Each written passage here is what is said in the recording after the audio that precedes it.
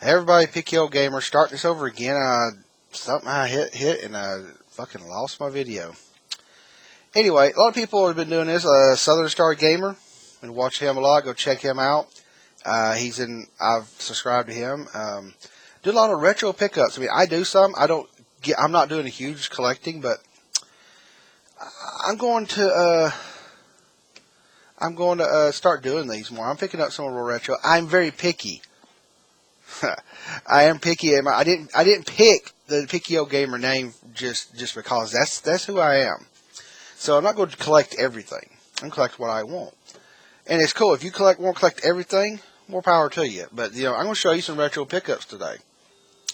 I went by a few places, a couple of flea markets, and there goes the clock going off. Of course, every time I make a video, it seems like that damn clock's going off. And I looked at the guy. I've been there to them before. They got pretty good prices. They're actually pretty reasonable. It's not bad. And I said, "Do you have any Sega Genesis extension cords?" And he goes, "Actually, I do. This is an original in the box, never been used, licensed, 6.5 foot cord extension cord." And he goes, "I've had this for years and never sold it. It was $6."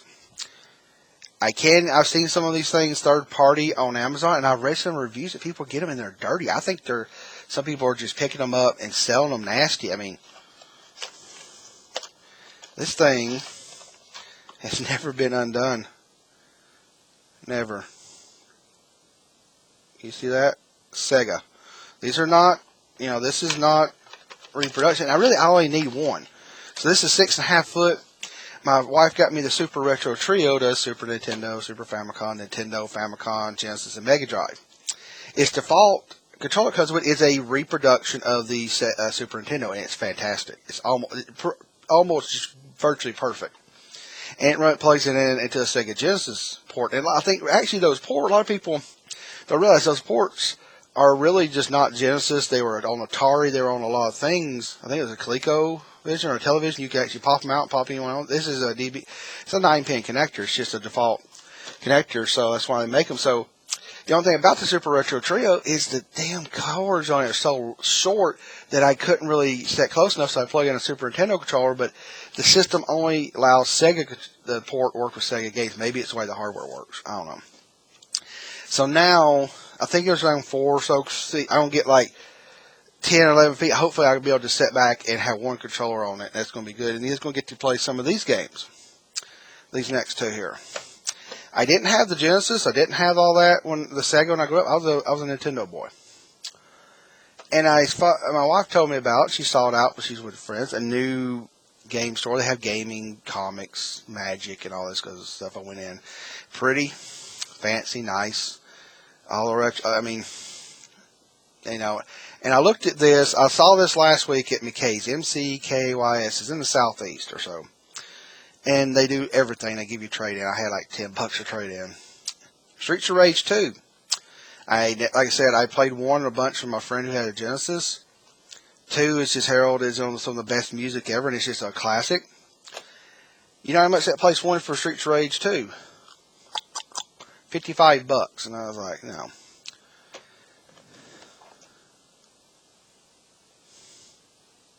$20.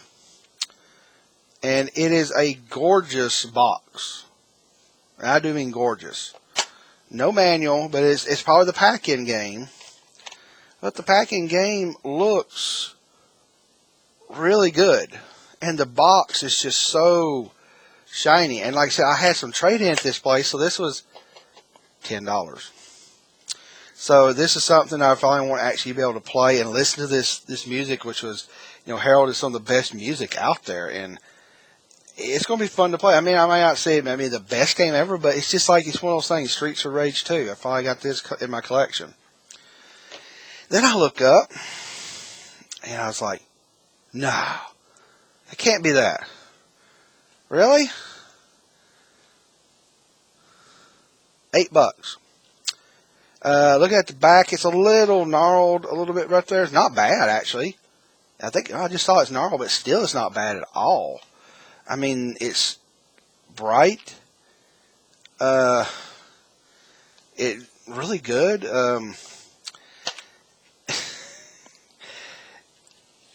This is the only bit of the manual I got left. I got E-Honda. Some other stuff here. Some Zangief moves.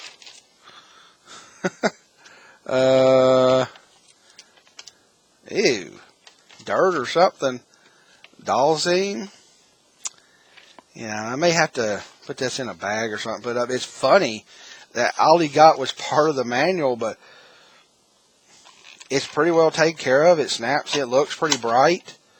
I mean, the cartridge looks pretty darn bright and clear. I mean, it's not perfect, but now I got both the Street Fighter 2s for the Sega Genesis, and the Special Championship Edition is great. And this was, for a really good copy, this is pretty good pickup.